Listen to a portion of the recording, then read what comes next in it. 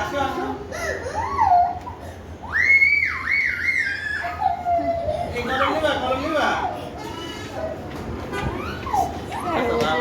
তো আমার পেশেন্ট ওর নাম হলো জায়ান, বয়স 3 বছর না?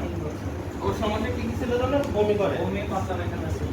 আচ্ছা মানে বমিটা কতদিন করে ছিল? বমিটা ওই যেদিন পাতলা পায়খানা ছিল ওইদিনই বমিটা হয়েছে। এর আগে থেকে বমি করতো না? আগের বছর যে অতিরিক্ত খাওয়ার রুচি ছিল, খাওয়ার শেষে হচ্ছে বমি। কিন্তু এই বমিটা তো প্রায়ই হতো।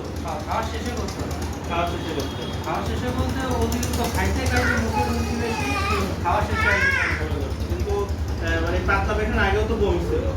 পাতলা পায়খানা আগে বমি ছিল, অতিরিক্ত খাইতো মানে মুখের রুচির কারণে, তো মুখে থেকে খাবার সরাইতে পারতাম না, পেটে খাবার বেশির কারণে আর কি বমি করতো। বমি কিন্তু একটা কারণ হলো মানে যদি প্রস্রাবে ইনফেকশন থাকে তাহলে কিন্তু বমি হতে পারে। হ্যাঁ, এখন পাতলা পায়খানা তো একটা কারণ বমি, মানে যদি পেটের ইনফেকশন হয় যেটা আমরা একবার গ্যাস্ট্রোএন্টারাইটিস বলি, ফুড পয়জনিং, সেখান থেকে হলো পাতলা পায়খানার সাথে বমি হতে পারে। কিন্তু ওর মার সাথে আমি যেটা কথা বললাম যে এই পাতলা পায়খানারও আগে তার বমি হতো, প্রায় বমি হতো। এখন এই যে বমির একটা কারণ কিন্তু প্রস্রাবে ইনফেকশন। এখন আমি তো যে ওকে আলটা করলাম, আলটা করেও সিস্টাইটিস পাওয়া গিয়েছে, মানে প্রস্রাবের থলিতে ইনফেকশন।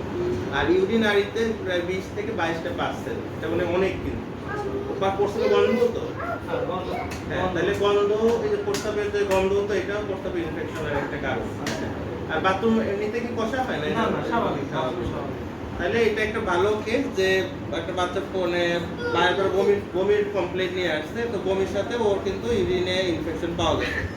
তো ওকে আরো সার্চ করে দেখা গেছে যে ওর যেটা একটু ফাইমোসিস আছে, ফাইমোসিসের কারণেও মানে যখন প্রস্রাব ক্লিয়ার হয় না, ওখানে প্রস্রাব জমে জমে ইনফেকশন হয়, কারণ ওইখানে জমে থাকে তো ক্লিয়ার হয় না।